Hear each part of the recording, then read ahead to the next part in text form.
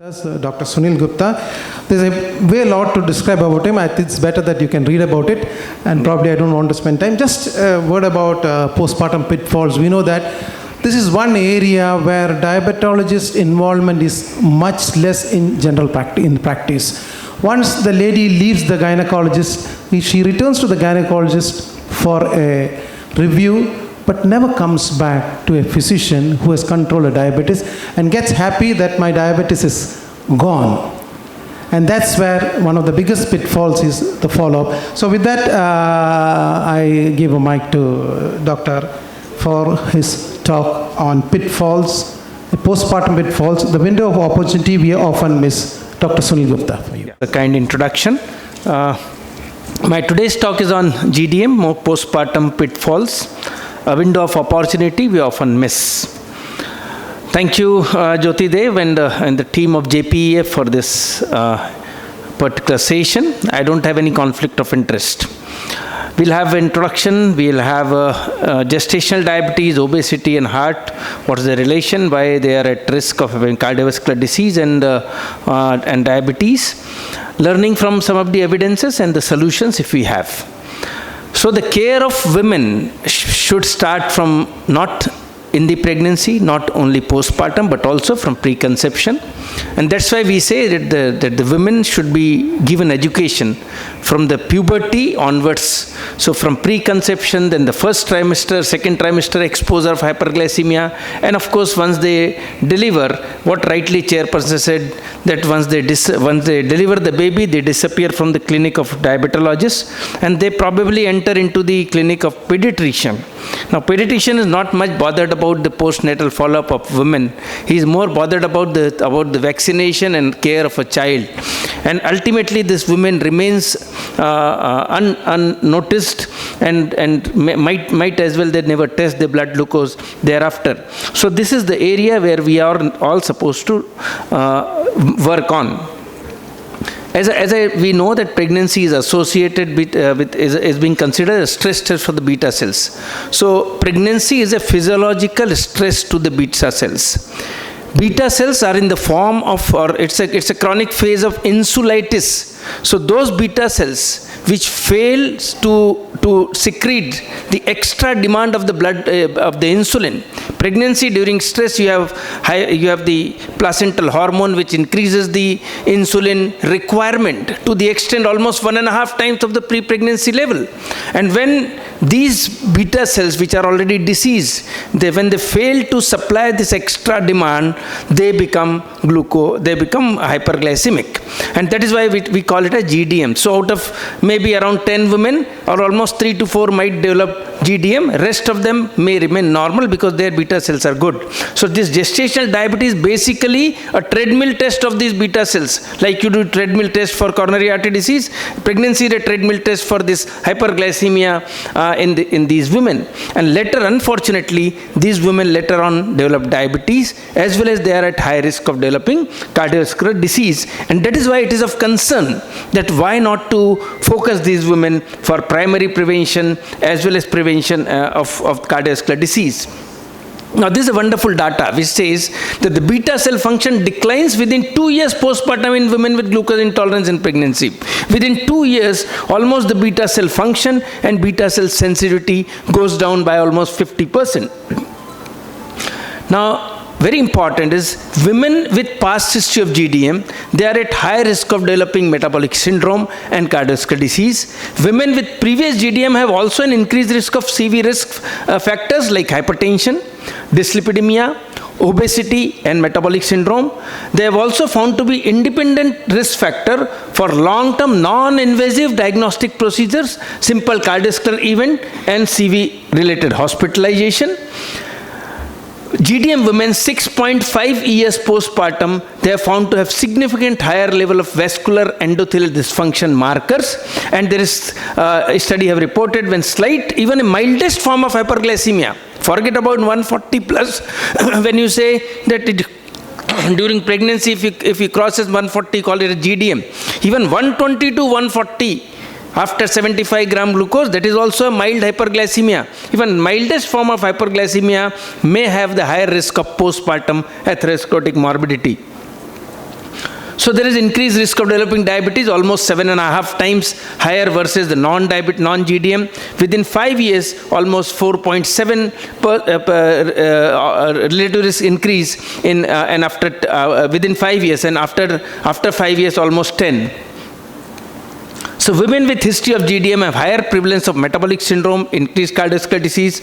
Over 10 years, women with GDM had more non-invasive cardiac diagnostic procedures, simple CV event, and total CV hospitalization. So there the complication for the women who had past history of GDM: hypertension, diabetes, vascular dysfunction, NAFLD, the dyslipidemia, chronic inflammation, chronic kidney disease, and ischemic heart disease. And complication to the offspring is childhood obesity, abdominal adiposity, then you have metabolic syndrome, hyperinsulinemia, disordered glucose regulation, so impaired glucose tolerance in adolescence, high blood pressures, early onset cardiovascular disease, and even some attentive disorders or hyperactive disorders, and the type 2 diabetes early, and risk of GDM in the female who are born to these mothers. So how do you predict that this particular woman is likely to develop diabetes early versus other GDM women? So if you have the higher fasting blood glucose, which is very high, if you have early age onset of gestational diabetes, or if you have a postnatal weight gain which is higher, or if you have declining beta cell decompensation, in such situation you have a higher risk of developing diabetes. And these are some risk factors: age, BMI, waist circumference, hypertension, positive family history, and fasting blood glucose. And pregnancy-related risk factors like GDM, use of insulin during GDM, gestational weight gain, short duration of breastfeeding. These are all risk factors to those women who have history of GDM to develop diabetes.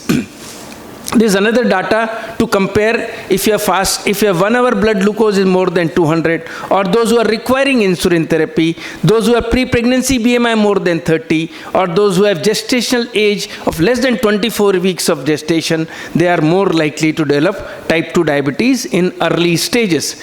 If you have higher the number of risk factors, higher is the chances of developing diabetes early after the delivery. This is our own data, and we have found almost 50%. These are the women who already have come to us with type 2 diabetes, and we have asked them the past history of GDM. So 50% of these women who have come to us as type 2 diabetes had past history of GDM. Within 1 year of diagnosis, within 1 year of delivery, they developed type 2 diabetes. So this is India. Possibly we'll have to work hard to assess further that what are the risk factors they are developing diabetes early versus other women who are developing diabetes within 5 years. There is also data that association of GDM with subclinical cardiovascular disease, and it has concluded that those women, those having GDM within a past 1 decade, are associated with more adverse cardiac structure and functional and vascular endothelial function. Some but not all risk may be mediated through the development of pre-diabetes or type 2 diabetes. Enhanced preventive efforts are needed in such group. Now, there is also a study which is called as Cardia study. I am not going in detail of it, but this also concluded that pregnancy complicated by GDM is independently associated with increased left ventricular mass and impaired LV relaxation and systolic function. Implementation of the postpartum cardiovascular health intervention in these women with history of GDM may offer an additional opportunity to reduce the future of CVD risks. Another important data from this cardiac studies, these women, they are also at high risk of developing chronic kidney disease versus those who don't have history of GDM. Similarly, there is also association shown, those who have stillbirth with type 2 diabetes, they are more likely to develop future cardiovascular events versus those GDM, those women with and without GDM. That means those who have stillbirth, they are more likely to have the type 2 diabetes, but they are more likely to have a cardiovascular event. So now what are the options we have? Okay, we understood that these women, they are at high risk of developing diabetes, they are high risk of developing cardiovascular disease, obesity, and even chronic kidney disease. So do we have a data that can we prevent development of diabetes in these women? Can we save this? Can we really apply some of the primary prevention strategies in these women? So you have data which has shown, which has basically come from DPP trial, Diabetes Prevention Program, and they have classically divided. They have basically lifestyle modification versus metformin, and they have found that metformin has worked wonderfully well in this GDM cohort. Those women who had past history of GDM, metformin could prevent development of diabetes almost up to 50%, while the lifestyle modification could also do up to 50%, but not in the non-GDM women. So GDM women have been more benefited with metformin in the DPP trial. Then there is a DPP-O trial, the outcome trial after 10 years as well as after 21 years. Now this, after 10 years, again they have shown that metformin, the lifestyle modification could, as well as metformin, could prevent the development of diabetes in these women with past history of GDM by almost 35 to 40%. And recently in 2025 January, you have come out with the 21-year data of the DPP trial, and this DPP trial has again shown lifestyle intervention reduced the diabetes risk by 24%. Though the patient, they are not on intensive lifestyle modification now. This is original cohort which was there for first 3 years. They're still being followed for 21 years. Metformin reduced the diabetes risk by 17%, 81% higher nephropathy risk with diabetes versus no diabetes, and 40% higher odds of retinopathy in diabetes versus no diabetes. So this is important to understand. Of course, the 21-year cohort, I tried to go into detail of it. It was a very recent paper, but I could not get the subset data of GDM from that paper. Breastfeeding can inversely be associated with metabolic syndrome. So longer is the duration of breastfeeding, higher is the protection to the women as well as the offspring from developing metabolic syndrome and obesity. So what about the awareness? Our chairperson has said they just disappear and they don't come, and that's a hardcore fact in the clinical practice. They don't come back to us. Those who had past history of those who were GDM and even requiring multiple doses of insulin. So what about the awareness about GDM in the community? So this is one of the paper which I got in 2013. The TV, radio almost 40, about 40%, while the newspaper around 10%. This awareness again seemed to be little higher than what I expected. It must be much lower in our population. This is another paper from the same paper again has shown possibly this population is too much into awareness. That's almost 40-50% different about pre-pregnancy obesity, about GDN pre-pregnancy, rapid weight gain during pregnancy. All these awareness around 40 to 50% seen in this population, which in general I feel is much less. Now this is a possibly paper which has come from Kerala, and that's why I have quoted this: missing window of opportunity for preventing diabetes, a mixed method study on postpartum screening for diabetes among women with gestational diabetes in Kerala.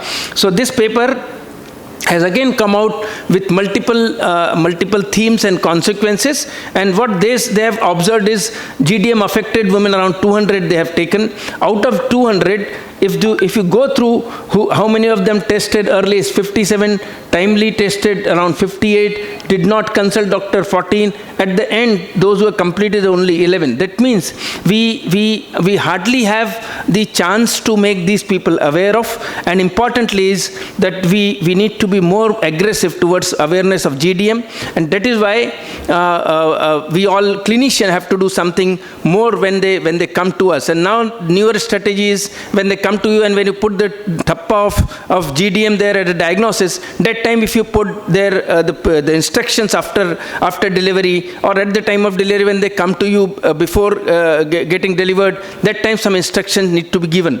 So factors which are contributing to the poor postpartum follow-up must be uncertainty about the screening, lack of communication, lack of continued vigilance of office location and the hospital, and maybe the poor communication between the doctor and the educators.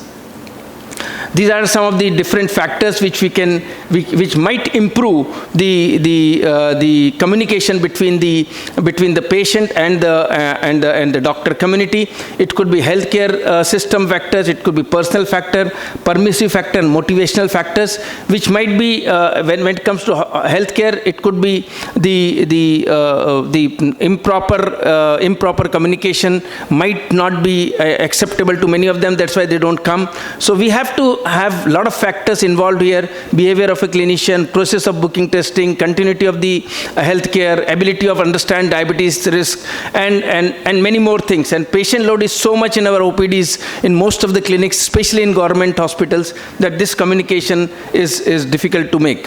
This is a model which has come from Canada called as ADOPT model, avoiding diabetes after pregnancy together with moms, ADOPT. And they say that they have four different pillars here. Yeah, they have health coaching, they have a diet counseling like low glycemic index diet education, physical activity education, and scheduled telephonic sessions, home-based programs, which are really working well. And maybe such models might work. And now with the help of Alok and his team of AI, might as well, that we'll be able to reach these people more easily. No single parent in the human development provide a greater potential than pregnancy for long-range payoff by a relatively short period of just 9 months for enlightened metabolic manipulation. So this is a golden opportunity that we should be focusing pregnancy. So it's a window of opportunity. Pregnancy offers a window of opportunity to provide a maternal care service to reduce traditional maternal and parental morbidity and mortality indicators, addressing intergenerational prevention of NCDs such as diabetes, hypertension, cardiovascular disease, and stroke. That should be our aim. So wishing you all in advance happy Raksha Bandhan, happy Independence Day, happy Ganesh Festival in future. Always cut the fruit and not the cake to celebrate any occasion where it's anniversary or birthday. That's our protocol in all the lectures. So instead of giving hydrogenated fat and making your endothelium more atherogenic, better we cut the fruit. So cut the watermelon, cut the papaya to celebrate any occasion rather than the cake. Thank you very much for your patience listening.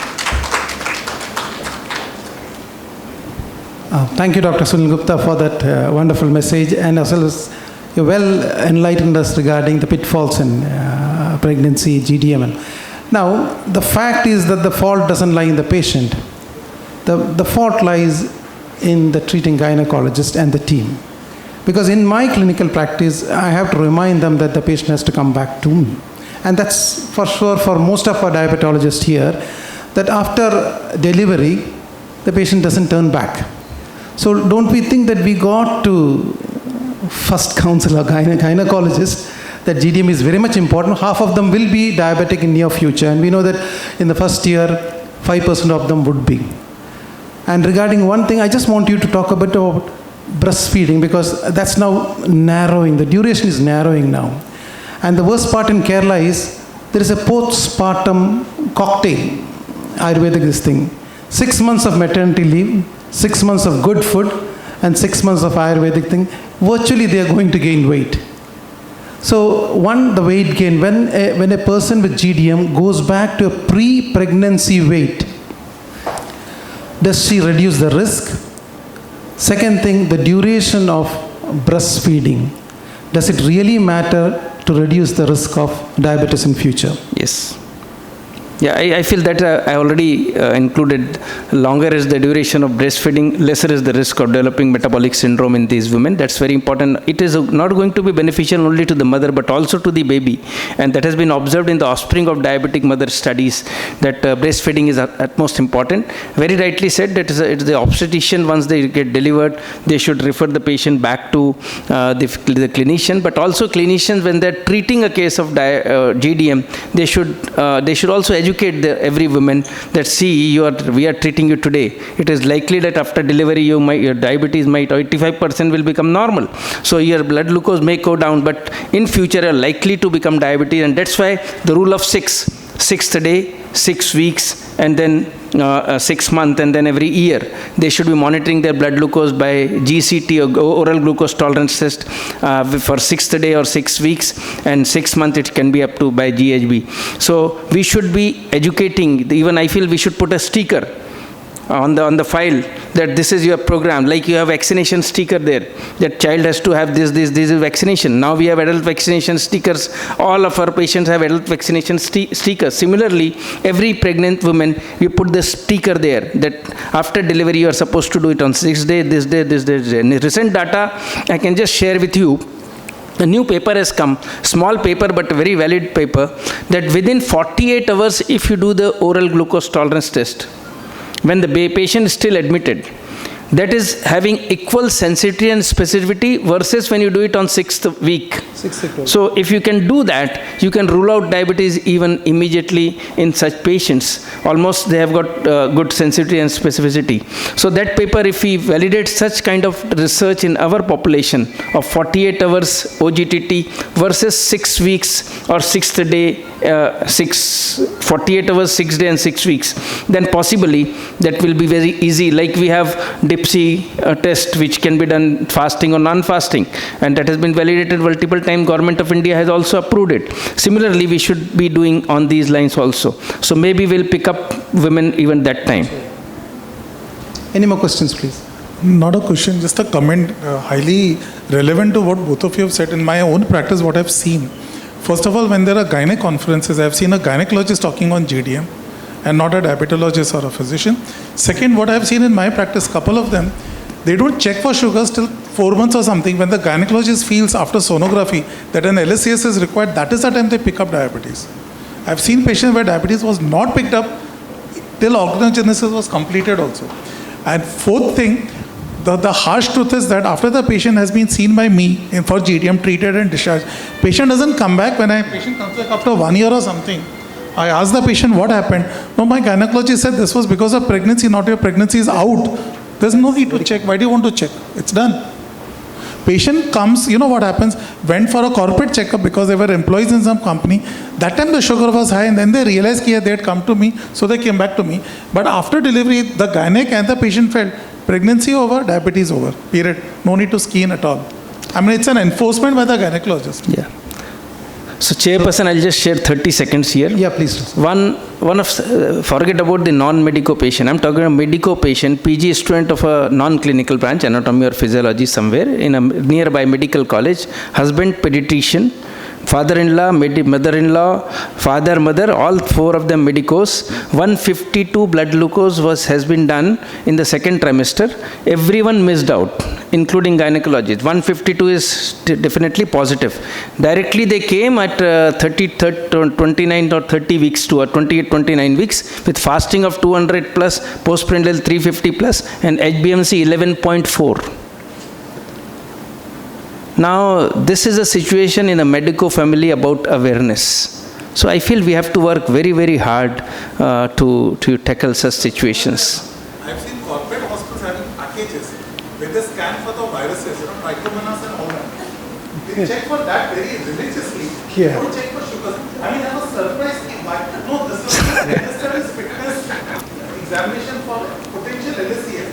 So the NSTD was asked to see. NSTD picked up the sugar. Sugar was not done because it is not part of assessment of it. What is part of assessment is all those, all those, yes, all those HIV, HBs, we check for all that. Sugars are not. So we'll empower a gynecologist also, yes, so that we can control this in future. That's fine. Well taken, and it's a very interactive session. Thank you very much. Thank you very much, sir.